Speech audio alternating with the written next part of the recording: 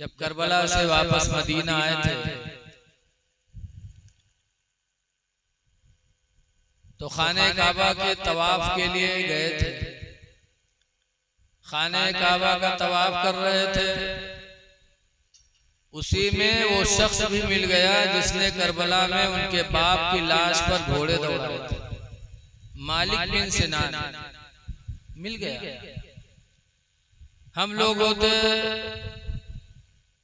तो पा गए थे इसी जगह, तो वार करते, मारते, बुरी तरह से कत्ल करने की कोशिश करते। लेकिन इमाम ज़ैनुल आबिदीन से जब मुलाकात हुई उसकी, तो उसने कहा, ज़ैनुल आबिदीन मैं भूखा हूं, मुझे कुछ खाना खिला सकते हो? ज़ैनुल आबिदीन कहते हैं हाँ। लेके गए अपने खीमे में, उसे खाना खिलाया। खाना खाने के बाद उसने कहा मैं रुकना चाहता हूं, तो इमाम ज़ैनुल आबिदीन कहते ठीक है आराम करो। एक दिन रुका, 2 दिन रुका, 3 दिन रुका खीमे में। इमाम ज़ैनुल आबिदीन बराबर उसको खिलाते पिलाते, कोई शिकवा नहीं, कोई शिकायत नहीं, कोई बदलाव भी नहीं, बड़ी मोहब्बत से खिलाते पिलाते। और 3 दिन के बाद उसने कहा ज़ैनुल आबिदीन मैं घर जाना चाहता हूं। तो इमाम ज़ैनुल आबिदीन का दिल देखो, फरमाते हैं कि कोई सवारी है कि पैदल जाओ? कहा सवारी तो नहीं है, पैदल जाना है। इमाम ज़ैनुल आबिदीन कहते हैं तुम मेरे मेहमान हो और मेरे नाना रसूलुल्लाह मेहमानों की बड़ी इज्जत करते हैं। सुभान अल्लाह। तुम पैदल न जाओ, मैं अपना घोड़ा तुमको नजराना देता। इमाम ज़ैनुल आबिदीन जिस घोड़े पे बैठ के मदीने से आए थे, वो घोड़ा अपने दुश्मन को नजराना दे दिया। कहा तुम पैदल न जाओ, तुम मेरे मेहमान हो। जब घोड़े पर बैठा तो इमाम ज़ैनुल आबिदीन कहते रुको, रुका।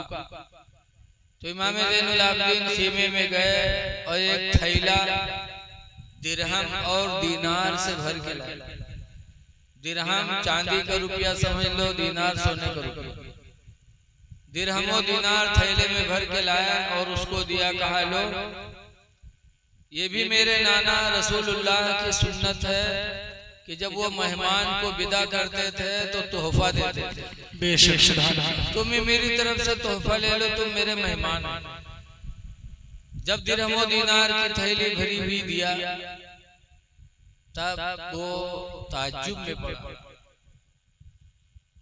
उसने कहा ज़ैनुल आबिदीन शायद तुम मुझे पहचान नहीं पाए। ज़ैनुल आबिदीन कहते हैं मैं तुम्हें नहीं पहचानूंगा, खुदा की कसम तुमको तो कयामत तक नहीं भूलूंगा। बेशक तुमको मैं खूब पहचान रहा हूँ। तुम वही मालिक बिन सिनान हो ना कि मेरे भाइयों पे तुमने रहम नहीं किया, मेरे बाप पे रहम नहीं किया, भूखा प्यासा करके शहीद कर दिया।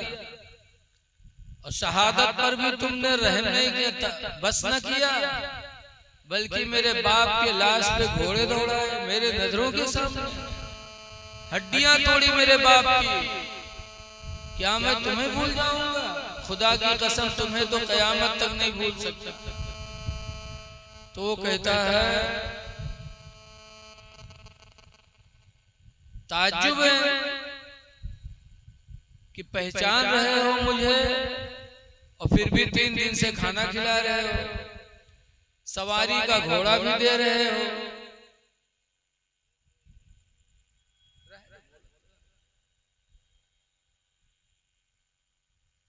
सवारी का घोड़ा भी दे रहे हो और जिंदगी गुजारने के लिए मालो दौलत भी दे रहे हो। तुम्हें तो बदला लेना चाहिए। तो ज़ैनुल आबिदीन क्या कहते हैं? कहते हैं सुनो मैं तुमसे क्या बदला ले लूं? कोई बदला नहीं। जो तुमने घर वालों से अपने सीखा था, तुम्हारे घर वालों ने जो तुमको तालीम दी थी, वो तुमने हम लोगों के साथ करबला में हमारे साथ की। और जो हमारे खानदान ने हमको सिखाया है वो मैं तुम्हारे साथ कर रहा हूं। कोई बदला नहीं, ये घर की तालीम है। जैसे तालीम वैसे उसका अमल। ये ज़ैनुल आबिदीन है लोगों, करबला वालों की याद करने वालों, जरा इमाम ज़ैनुल आबिदीन से सबक सीखो। आज थोड़ी सी कोई हमको तकलीफ पहुंचाता है तो हम उससे बदला लेते हैं। इमाम ज़ैनुल आबिदीन ने बदला नहीं लिया, बल्कि कहा जो तुम्हारे घर वालों ने सिखाया तुमने किया, और जो मेरे घर वालों ने मुझे सिखाया मैं कर रहा हूं। बेशक सुभान अल्लाह। पता चला कि दुश्मन पर काबू पाने के बाद दुश्मन के साथ अच्छा सलूक करना ये अहले बैत ने हमको सिखाया। बदला अहले बैत ने लिया ही नहीं। इसीलिए इमाम हसन को जहर दिया गया, खून की उल्टी होने लगी। तो इमाम हुसैन ने पूछा था भाईजान क्या हुआ? कहा किसी ने जहर दे दिया। कहा नाम बता दो किसने जहर दिया। इमाम हसन कहते हैं क्या नाम पूछ के क्या करोगे? कहा मैं आपका बदला लूंगा। तो इमाम हसन ने कहा था हुसैन मैंने अपना सारा मामला खुदा के हवाले कर दिया। सुभान अल्लाह। तुमसे बेहतर बदला लेने वाला मेरा रब है। तुम्हें बदला नहीं लेना है, बदला लेने वाला बेहतरीन मेरा रब है। अहले बैत से हमें यही सबक मिलता है। ऐ लोगों बदला न लो। अहले बैत की जिंदगी हमारे तुम्हारे लिए नमूने अमल है। आला हजरत के छोटे साहिबजादे मौलाना हसन रजा खान फरमाते हैं कि किस ज़बान से हो बयान मदह शान अहले बैत। सुभान अल्लाह सुभान अल्लाह। किस ज़बान से हो बयान मदह शान अहले बैत। मदह गोए मुस्तफा है मदह खान अहले बैत। सुभान अल्लाह सुभान अल्लाह। मदह गोए मुस्तफा है मदह खान अहले बैत। 10 मुहर्रम को हमें हुक्म मिला कि माबाद करबला आपको बयान करना कि करबला के बाद हुआ क्या। मुश्ताक भाई कहाँ है कि नहीं? अच्छा, करबला के बाद क्या हुआ? हजरत इमाम ज़ैनुल आबिदीन और अहले बैत को करबला से कूफा ले गए। किस तरह लेके गए वो बताने की बात नहीं। ऐसे ही घोड़ों पे उन्हें सवार किया जैसे सामान लाता जाता, बड़ी बेदर्दी के साथ लेके चले इब्ने जियाद के पास। फिर इब्ने जियाद ने वहां से दमिश्क भेजा। जब दमिश्क ये काफिला ले जाया गया तो हुक्म हुआ कि गलियां सजाई जाएं, ढोल नकारे बजाए जाएं। यजीदियों ने ढोल मचा बजाया, नकारा बजाया।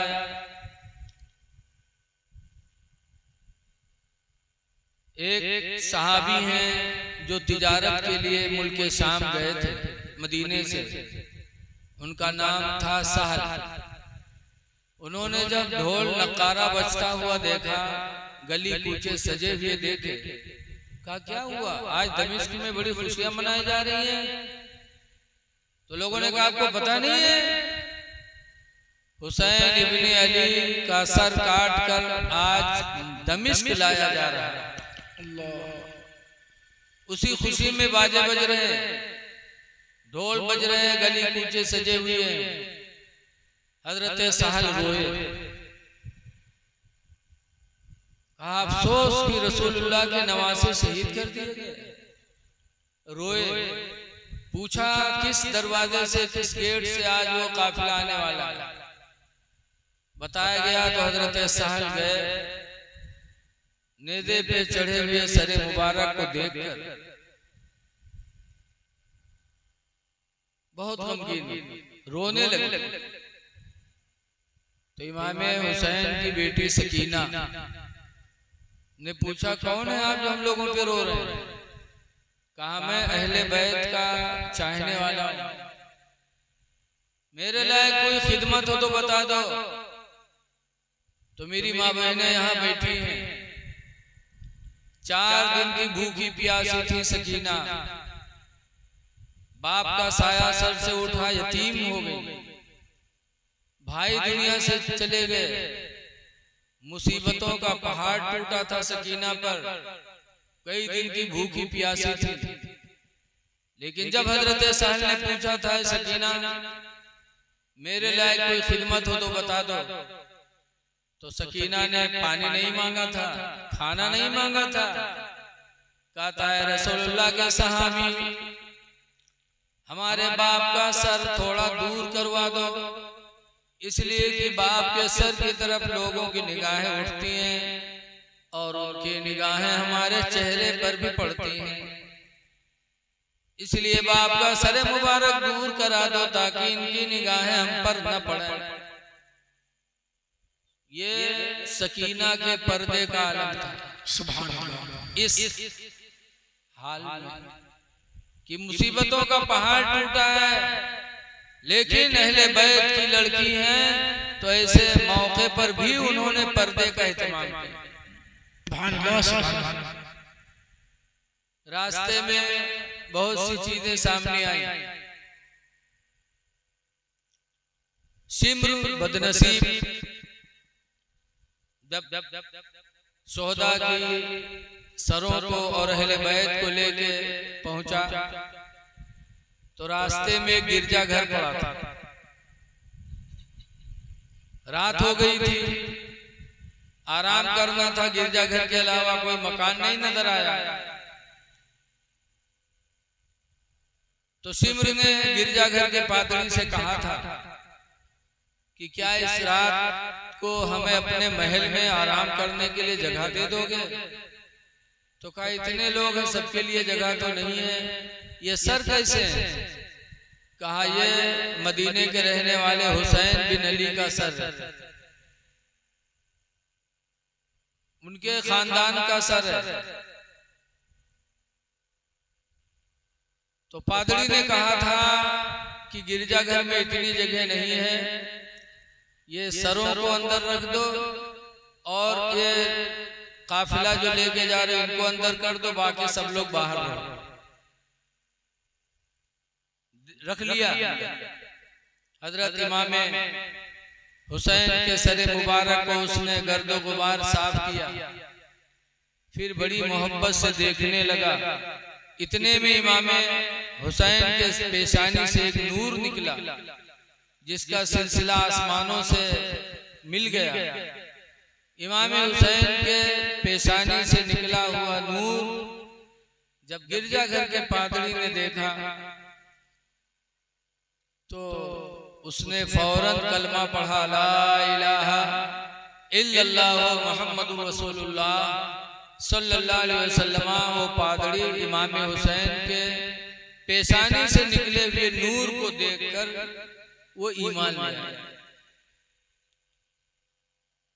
यहाँ तक कि लिखा है कि काफिला जा रहा था, रास्ते में एक जगह कयाम हुआ तो हजरत शहर बानो इमाम हुसैन की बीवी थी, उन्होंने अपनी लौंडी सीरी से कहा, ये कुछ पैसे हैं ले लो और ये कस्बा है, चली जाओ, कुछ खाने की चीज हो तो ले लो।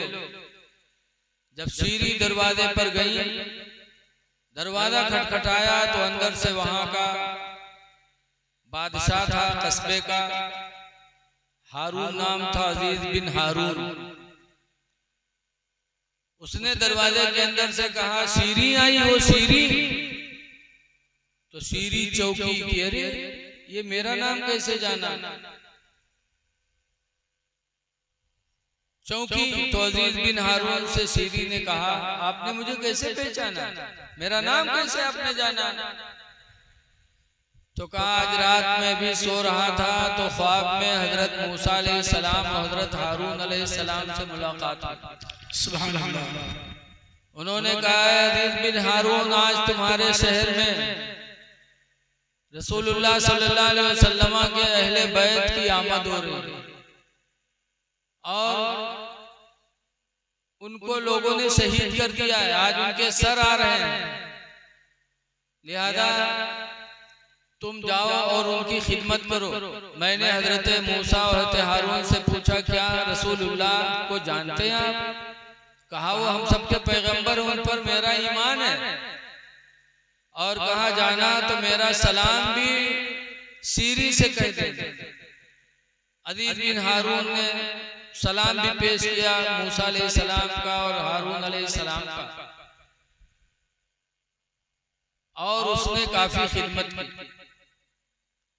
बहरहाल ये काफिला यजीद के दरबार में पहुंचा। यजीद ने बनावटी तौर पर रोना शुरू किया। इमाम हुसैन के सर मुबारक को अलग करके अपनी बीवी से कहा, इन पर तुम नोहा करो, नोहा गाओ, नोहा। इमाम हुसैन के सर मुबारक पर यजीद की बीवी ने नोहा किया।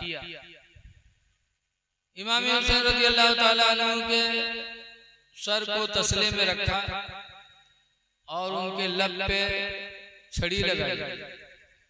तो इब्ने जुंदुब सहाबी मौजूद थे, कहा, हटा ले छड़ी, ये वो होंठ है जिसको अल्लाह के रसूल चूमा करते थे। सुभान अल्लाह। तू छड़ी लगा रहा है इस पे। ज़ैनुल आबिदीन से यजीद मुतवज्जा हुआ, बड़ा मक्कार था। कहा, ज़ैनुल आबिदीन मैं अगर होता तो ऐसा कभी नहीं होता, खैर जो हुआ हुआ, अब कोई जरूरत हो तो मुझसे बताओ। तो इमाम ज़ैनुल आबिदीन ने कहा, पहली जरूरत यह है कि मेरे बाप के कातिल को मेरे हवाले कर दो, मैं अपने बाप के खून का बदला लूंगा। यजीद ने इनकार कर दिया, कहा, ऐसा तो नहीं होगा, और कोई जरूरत हो बताओ। तो इमाम ज़ैनुल आबिदीन ने कहा था कि हम हमारे काफिले को मदीना पहुंचा दो। कहा, ये हो जाएगा। और कोई जरूरत? कहा, तीसरी जरूरत यह है कि जुमा का दिन है तो जुमा में खुतबा पढ़ने की मुझे इजाजत दे दो। तो इजाजत मिल गई। कहा, ठीक है, खुतबा पढ़ देना। इतने में फिर नक्कारा बजा। तो यजीद का लड़का कहता है इमाम ज़ैनुल आबिदीन से, देखो ये मेरे बाप का नक्कारा बज रहा है। ये किसका नक्कारा बज रहा है? मेरे बाप यजीद का नक्कारा बज रहा है। इमाम ज़ैनुल आबिदीन खामोश रहे। खुतबा पढ़ा। खुतबे में कहा, लोगों, मैं उसी रसूल के नवासे का लड़का हूँ जिस पर तुम नमाजों में दरूद भेजते हो। बड़ी बेदर्दी से मेरे बाप को, मेरे भाइयों को बुलाकर करबला में शहीद किया गया, भूखा प्यासा करके। जैसे इतना कहा, कूफा की मस्जिद में, दमिश्क की मस्जिद में रोना चिल्लाना शुरू हो गया। इतने में यजीद ने मुकब्बिर से कहा, जल्दी तकबीर कह। सोचा कि इतना रोज चिल्ला रहे लोग, मामला गड़बड़ न हो जाए। तो अजान देने वाले ने जब कहा, अल्लाहु अकबर, अल्लाहु अकबर, तो इमाम ज़ैनुल आबिदीन ने कहा, हक है, हक है। जब उसने कहा, अशहदु अल्ला इलाहा इल्लल्लाह, तो इमाम ज़ैनुल आबिदीन कहते हैं, बेशक मैं गवाही देता हूँ कि खुदा एक है। सुभान अल्लाह। जब कहा, अशहदु अन्ना मुहम्मदुर रसूलुल्लाह सल्लल्लाहु अलैहि वसल्लम, तो इमाम ज़ैनुल आबिदीन ने अपना साफा उठा के और मुअज्जिन के पैरों पे फेंका। कहा, रुक जा, ये बता, ये किसका, ये किसकी आवाज है? ये कौन है जिनके बारे में तुम कहते हो मैं गवाही देता हूँ कि मोहम्मद अल्लाह के रसूल हैं? ये कौन है, पहले इसको बता दे। उन्हीं के नवासे को तुमने इस तरीके से किया, उनकी आल पर ये जुल्म किया और गवाही देते हो कि मोहम्मद अल्लाह के रसूल हैं। जैसे इतना हुआ, कोहराम बर्पा हो गया दमिश्क की मस्जिद में।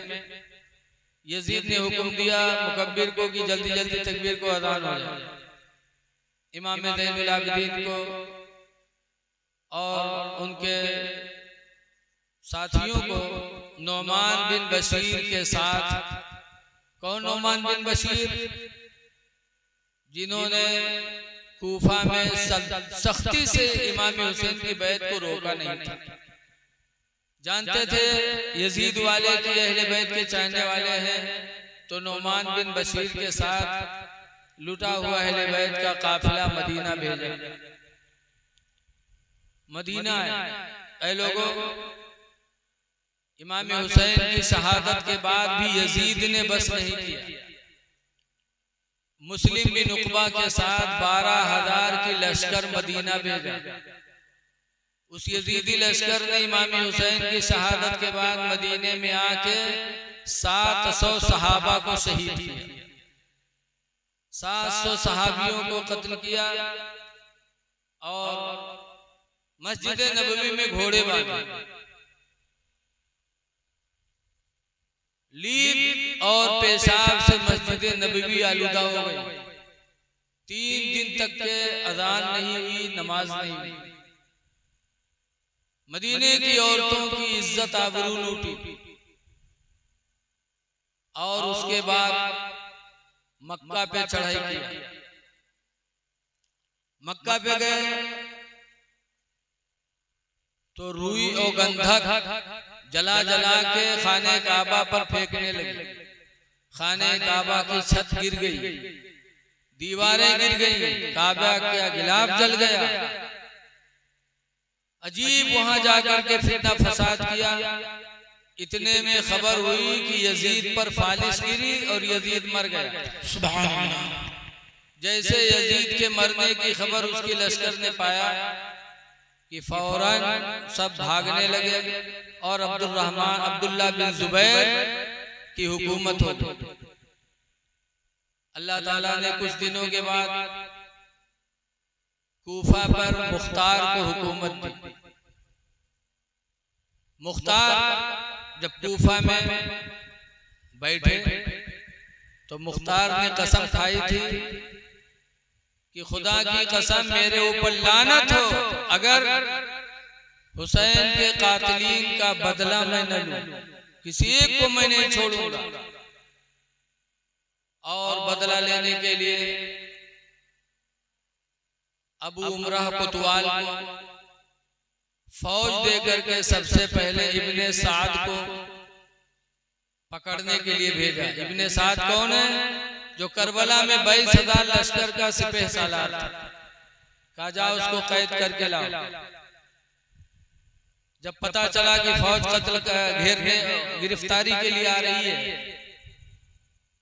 तो इब्ने साद घर में छुप गया। उसका लड़का गया मुख्तार के पास। कहा मेरे अब्बा अब तन्हाई इख्तियार कर लिए हैं, अल्लाह अल्लाह करते हैं, मेरे अब्बा से कोई मतलब नहीं है। मुख्तार ने कहा लानत हो उस पर कि करबला में उसे तन्हाई नहीं आई थी। हुसैन की शहादत से पहले उसे अल्लाह अल्लाह करना नहीं आया था। नवासे रसूल को शहीद करने के बाद अब अल्लाह अल्लाह करता है। फौज गई। इब्ने साद की बीवी इब्ने साद से नफरत करती थी। जिस दिन से उसने इमाम हुसैन को शहीद किया था उसकी बीवी उससे निहायत जलती थी। जब अबू उमरा कोतवाल फौज लेकर के पहुंचा घर, पूछा अबू उमरा ने कि इब्ने साद कहाँ है? तो बीवी ने जबान से तो कहा मुझे पता नहीं है और हाथ से इशारा किया। वो डेहरी में बंद था। डेहरी में फौरन डेहरी खोली गई और इब्ने साद को पकड़ा गया और पकड़ने के बाद हाथ पैर काटे गए और हाथ पैर काटने के बाद चौराहे पे उसे कत्ल किया गया। फिर सिम्र को पकड़ने के लिए भेजा। सिम्र ने सुना कि अबू उमरा कोतवाल आ रहा है पकड़ने के लिए, तो सिम्र घर से भगा। फौज ने पीछा किया। रात में एक जगह सो रहा था, चादर ओढ़े। फौज पहुंच गई, देखा इसके कोड़ी के दाग चादर के ऊपर से भी चमक रहे थे।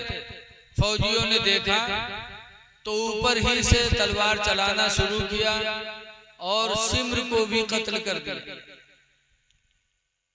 यहां तक कि हुरमला जिसने अली असगर को तीर मारी थी, उसे भी पकड़वाया गया और पकड़वाने के बाद चौराहे पे उसे खड़ा किया गया और मुख्तार ने हुक्म दिया कि चारों तरफ से इतनी तीर मारो कि इसका बदन छलनी हो जाए और ये मर जाए। चौराहे पे खड़ा करके मुख्तार ने इतनी तीर चलवाए कि हुरमला मर गया। किसी एक को जिंदा उसने नहीं छोड़ा। यहां तक कि इब्ने जियाद को भी फौज ने घेरा। ठीक मुहर्रम की 10 तारीख को दरियाए फरात के किनारे जंग हुई और इब्ने जियाद को भी मुहर्रम की 10 तारीख को मुख्तार की फौज ने कत्ल कर दिया। जितने लोग भी लिखा है 1,40,000 लोगों को मुख्तार ने कत्ल करवाया। 1,40,000। अल्लाह ताला का जो फरमान है कि